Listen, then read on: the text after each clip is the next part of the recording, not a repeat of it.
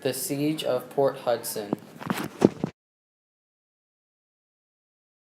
The siege of Port Hudson occurred from May 22nd to July 9th, 1863, when Union Army troops assaulted and then surrounded the Mississippi River town of Port Hudson, Louisiana during the Civil War.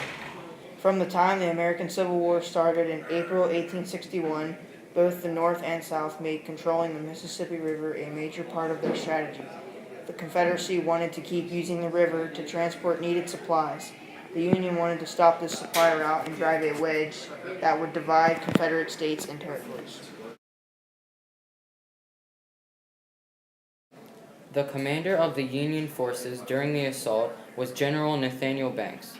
Banks formerly had a political career as a member of Congress and the governor of Massachusetts. He was also appointed a major general at the start of the Civil War. Banks was strongly against slavery. He is considered a hero because he seized control of the Mississippi River along with Ulysses Grant for the Union, and it was critical for them winning the war.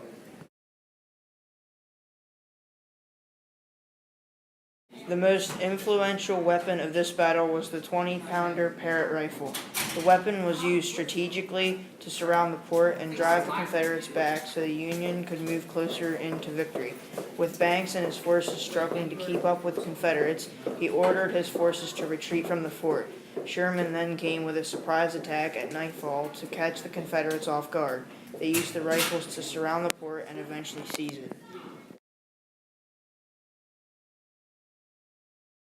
Obviously, the Union had numerical superiority, with over 4 times as many soldiers as the Confederates.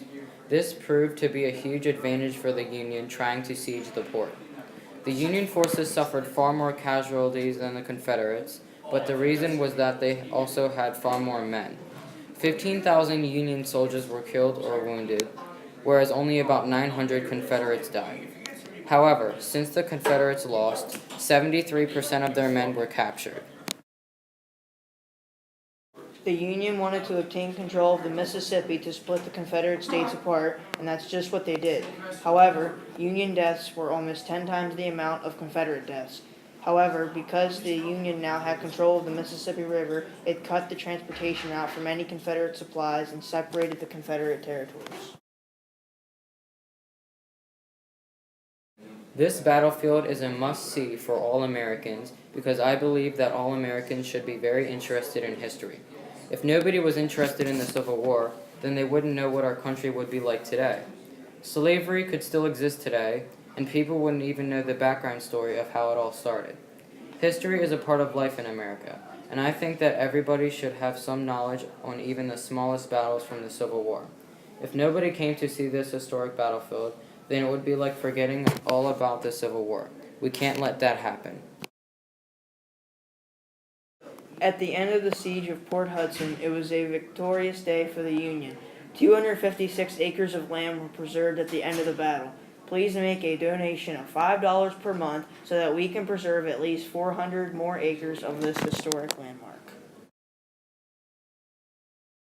If you plan to attend this part of the country for this historical landmark, a good place to stay would be at the Dancero House Bed and Breakfast.